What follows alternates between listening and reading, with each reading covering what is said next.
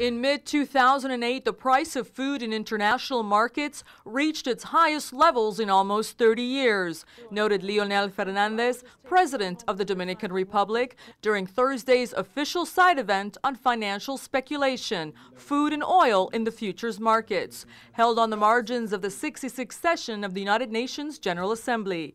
The high-level roundtable included participants and attendees, such as the presidents of Guatemala and Haiti, as well as top UN officials and delegates, U.S. representatives, and internationally renowned experts from the financial sector. For the first time in history, we have over 1,000 million people today living under hunger condition.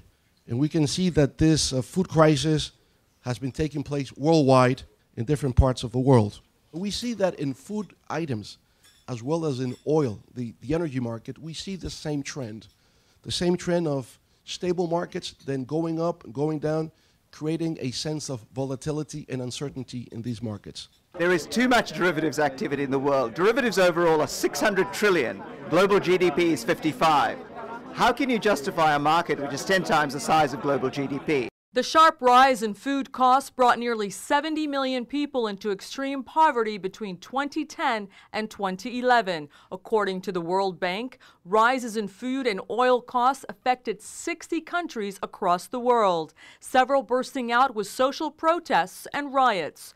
President Fernandez pointed out that even though such possible causes as non-seasonal droughts and climate change play an undeniable role in affecting commodity prices, but that a more hidden cause with arguably greater influence is speculation, a financial action that does not promise safety of the initial investment along with a return on the principal sum. To get the average citizen of the world to understand, for example, in the United States, when you pay $4 a gallon for gasoline, that about $2 of that is put into the pockets of Wall Street to honor their gambling commitments.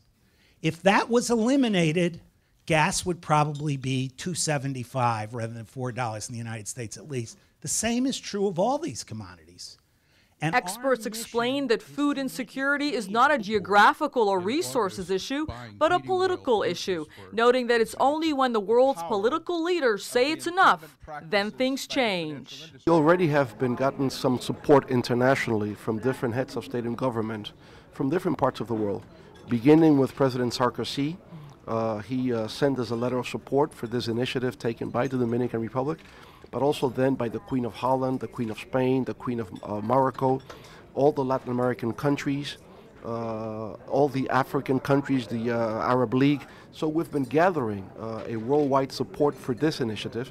And what we're trying to do with our ambassador here at the UN is trying to get a support for the resolution to be approved at the General Assembly on time so that we can take it over to the G20 meeting in Cannes by November and give it more leverage to what President Sarkozy has been trying to do in creating awareness within the G20.